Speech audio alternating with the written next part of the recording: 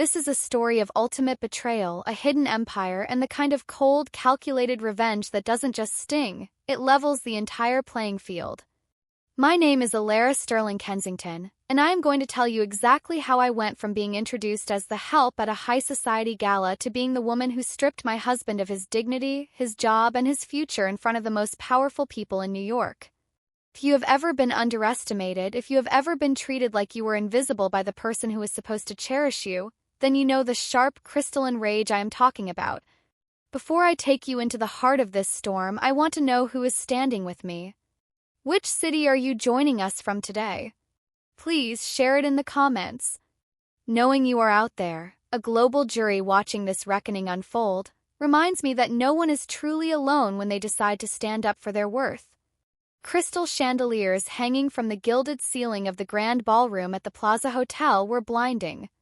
They cast a shimmering, fractured light over hundreds of New York's elite, men in five-figure tuxedos and women draped in silk and diamonds that cost more than a suburban home. The air was a thick, suffocating blend of expensive champagne, fresh lilies, and the heavy, cloying scent of raw ambition. I stood in the deep shadow of a large marble pillar, clutching a glass of lukewarm water. My knuckles were turning white from the pressure. I was wearing a plain, shapeless black dress that I had pulled from the very back of my closet, exactly as I had been instructed to do. I felt small. I felt invisible. I felt like a ghost haunting my own feast. But most of all, I felt a cold, predatory rage beginning to crystallize in the center of my chest. Across the room, bathed in the warm, golden glow of the spotlight, stood my husband, Adrian. He looked impeccable. His tuxedo was tailored to perfection, a suit I knew cost more than the monthly allowance he deigned to give me for household sundries. He was laughing, throwing his head back in that charming, boyish way that had once made my heart flutter. But he wasn't laughing with me. His arm was wrapped tightly, possessively, around the waist of a woman in a shimmering scarlet gown that fit her like a second skin. Vanessa. She was young, vibrant, and she looked at him with eyes that screamed both adoration and a sickening sense of victory. To everyone else in that room, they looked like the golden couple of the Sterling Group, the very picture of success and future prosperity. I watched as Mr. Stevens, one of the most crucial investors for the company and an old friend of my late father, approached them. My breath hitched. Mr. Stevens had known me when I was a child, though it had been years since we last spoke. If he recognized me, the entire house of cards Adrian had built, the charade, the lies, the arrogance, would come crashing down instantly. I saw Mr. Stevens' eyes scan the room and land on me. A flicker of recognition sparked in his gaze. He tilted his head, looking confused, and gestured toward me as he spoke to Adrian. I saw Adrian's face drain of color. Panic flashed in his eyes, raw and terrified. He looked from Mr. Stevens to me, then to Vanessa. He had a split second to make a choice. He could have told the truth. He could have said, "That is my wife, Alara." Instead, Adrian did something unforgivable. He let out a nervous, dismissive chuckle, waving his hand at me as if I were a stray dog that had wandered into a five-star restaurant. "Oh, her," Adrian said, his voice loud enough to carry. "Don't mind her, Mr. Stevens. That's just Alara. She's my housekeeper. She's a bit slow, but she's great with the laundry. She just stopped by to drop off some keys I forgot." Time stopped. Housekeeper. After 3 years of marriage, after 3 years of washing his clothes, cooking his gourmet meals, and supporting his every dream from the shadows, I was reduced to the help. But Adrian wasn't finished digging his own grave. He turned back to Vanessa, pulling her closer. He beamed at Mr. Stevens, his chest puffing out with arrogant pride. "But this," Adrian announced, "is the woman I really wanted you to meet. This is my partner, my soulmate, and my future wife." A gasp rippled through the circle. Vanessa giggled, feigning a modest shyness, and rested her head on his shoulder, flashing a diamond ring that sparkled aggressively under the lights. A ring I had never seen before. A ring bought with my money. That was the final fracture. The dam I had built to hold back my tears, my disappointment, and my anger for the last 3 years finally shattered. But I didn't cry. I didn't scream. I didn't run away in shame as Adrian clearly hoped I would. Instead, something inside me, something ancient, powerful, and wealthy that I had buried deep alongside my true identity, woke up. I set my glass of water down on a passing waiter's tray with a deliberate metallic clink. I smoothed the fabric of my cheap black dress. I reached up and pulled the elastic band from my hair, letting my dark locks cascade down my back. I lifted my chin. I began to walk. I didn't walk toward the exit. I walked straight toward the stage.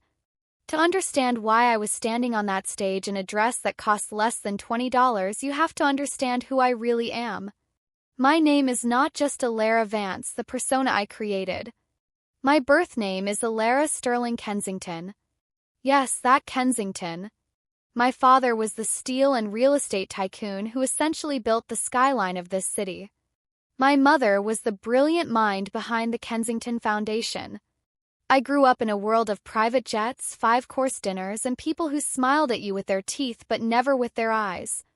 When my parents passed away 10 years ago, I was 28. I was devastated, lost, and suddenly the sole heir to a fortune so vast it was incomprehensible. I inherited everything: the real estate, the stock portfolios, and the controlling interest in the Kensington Group, which owned the very firm Adrian worked for. But inheritance is a double-edged sword. After my first fiancé, Julian, tried to liquidate my assets behind my back, I developed a paralyzing fear that every man only saw my net worth. So I ran. I adopted my mother's maiden name, Vance. I bought a used car. I started restoring antique furniture in a small shop in Queens. I wanted to be loved for me. And that was how I met Adrian. I thought I was being smart by hiding my identity, but I ended up with a man who despised me because he thought I had no value. Courtship was simple: hot dogs in the park and quiet nights. I thought it was real. I even pulled strings with my godfather, Arthur Henderson, to get him a job at the Kensington Group. But as he climbed the ladder, his soul rotted. He became obsessed with status. He started treating me like a servant. "Iron my shirt, Alara. Why is there dust on the TV?" He gave me a meager allowance while he spent thousands on himself. Then came the signs of the affair: the jasmine perfume, the hidden phone, and the receipt for a $3,000 handbag. When my birthday came, he gave me a card. "Sorry, babe," he said. "The market is volatile. Next year, I promise. Money is tight right now." I looked at him holding that card and I felt something inside me die. It wasn't the lack of a gift. I could buy the boutique. It was the lie. It was the fact that he had bought that bag for someone else with our money. Money I had contributed to the joint account. I didn't confront him yet. I needed proof. Irrefutable proof. I wasn't going to be the crazy, jealous wife he could dismiss. I was going to be the prosecutor. The next day, I called the Kensington Group's main line. I didn't call his direct line. I called the general reception. "Good morning, Kensington Group," the receptionist chirped. "Hi," I said, disguising my voice. "I'm trying to reach Adrian Miller's assistant, or maybe the intern working with him. I have a delivery for him." "Oh, you mean Vanessa?" the receptionist said helpfully. "Let me transfer you." The phone rang. Then a voice answered. It was smooth, confident, and slightly husky. "Vanessa speaking." I didn't say anything. I just breathed, listening to the background noise. "Hello?" she asked. Then I heard a man's voice in the background. Adrian's voice. "Who is it, V?" he asked. His voice was low, intimate, not his office voice. "I don't know." "No one's talking," she giggled. "Probably a robocall." "Hang up," Adrian said playfully. "Come back here. We have work to do." I hung up. My hands were shaking so badly I dropped the phone. "Come back here." It was undeniably him. And it was undeniably happening in my company on my time while I sat at home counting coupons. I sat on the floor of my living room surrounded by my restored furniture. I looked at a chair I had just finished, a beautiful Victorian armchair that I had rescued from a dumpster and reupholstered in velvet. I had put so much love into it. I had tried to do the same with Adrian. I had tried to sand down his rough edges, polish him up, and make him shine. But you can't restore something that is rotten to the core. I decided I needed to see her. I needed to look her in the eye. I needed to see what $3,000 of my husband's stolen affection looked like. I chose a Tuesday. I knew Adrian's schedule. He had a client lunch at noon. I prepared a small Tupperware container with his allergy medication. He had terrible seasonal allergies and he had forgotten his pills on the counter that morning. It was the perfect innocent excuse for a doting wife to stop by. I dressed in my usual attire, jeans and a clean but faded sweater. I took the subway to Manhattan. Standing in front of the Kensington Tower always gave me a surreal feeling. It was a monolith of glass and steel that bore my family's name. Yet I stood on the sidewalk like a tourist. I didn't go in through the executive entrance.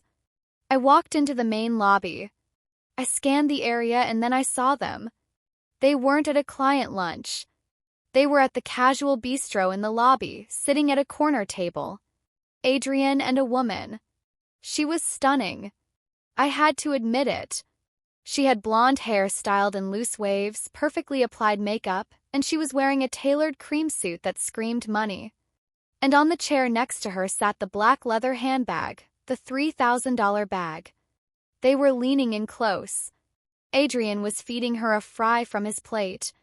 He was laughing, that open, carefree laugh I hadn't heard in years. He touched her hand, her arm, her hair. They were in their own little world. I felt like I had been punched in the stomach. I took a deep breath and walked toward them. I didn't want to cause a scene yet. I just wanted to hand him his pills and see his face. I reached their table. Adrian's head snapped up. Color drained from his face so fast he looked like a corpse. He dropped the fry he was holding. "Alara," he choked out. What are you doing here?" Vanessa looked me up and down. Her eyes were cold, calculating, and cruel. She took in my jeans, my sweater, my lack of makeup. She smirked. It was a tiny superior smirk that said, "So this is the competition. I've already won." "I brought your allergy pills," I said, holding out the Tupperware. "You left them on the counter. I didn't want you to be miserable all afternoon." Adrian didn't take the pills. He looked around the lobby frantically, checking to see if anyone important was watching. He stood up abruptly, blocking me from Vanessa's view. "You shouldn't be here," he hissed. "I'm in a meeting." "A meeting with French fries?" I asked. Vanessa took a sip of her iced tea. "Adrian," she drawled, her voice like honey laced with arsenic. "Is this the cleaning lady you mentioned? Or did the Kensington group start letting homeless people into the lobby?" My blood ran cold. Homeless people. I looked at Adrian, waiting for him to defend me. He didn't. He looked at Vanessa, then at me, and shame flooded his features. Not shame for cheating, but shame for me. He grabbed my arm, his grip painful. "Go home, Alara. Just go home." "You're not going to introduce us?" I asked. "No," he snapped. "Leave now before security escorts you out." He grabbed the pills and shoved me toward the exit. "I'll deal with you later." As I walked away, I heard him say to her, "I'm so sorry. She's mentally unstable. A charity case I help out." I walked out of the revolving doors and onto the busy New York street. The noise of the traffic washed over me. I felt numb. Mentally unstable. Charity case. Homeless. That was the exact moment the last ember of love for Adrian was extinguished. There was no sadness left, no longing, just a cold, hard clarity. I hailed a taxi. "Upper East Side," I said. "Mr. Henderson's office." It was time to stop being Alara Vance. It was time to wake up Alara Kensington. That night, Adrian came home late. He tossed a heavy, cream-colored envelope onto the coffee table. "The annual Kensington Gala," he announced. "It's this Saturday at the plaza. You're coming, but there are conditions. You cannot wear your thrift store rags. You need to wear black, plain, high neck, nothing flashy. No jewelry. Do not speak. If someone asks, just pretend you're a distant relative from the countryside. I'm up for a partnership and I can't have you ruining this for me." "I understand," I said softly. "Black dress. No jewelry. Don't speak, cousin." Adrian looked relieved. "Good girl. If you pull this off, maybe things will change. Maybe we can go on a vacation." He went to bed whistling. I stayed up. I went to my closet and pulled out a small, locked metal box. Inside sat the Kensington emeralds, a necklace and earring set worth more than the GDP of a small country. I touched the cold stones, drawing strength from them. I texted Mr. Henderson, "Activation. Cut the music in 2 minutes." Saturday came. We arrived at the plaza. Adrian pointed me to a darkened corner. "Stay there." He dove into the crowd to work the room with Vanessa. I watched as she accidentally spilled red wine on my chest. I watched as Adrian demanded I apologize to her. Then I walked away.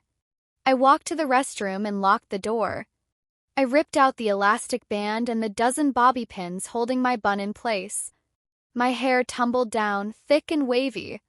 I pulled out the tube of Kensington red lipstick. My mother had designed this shade.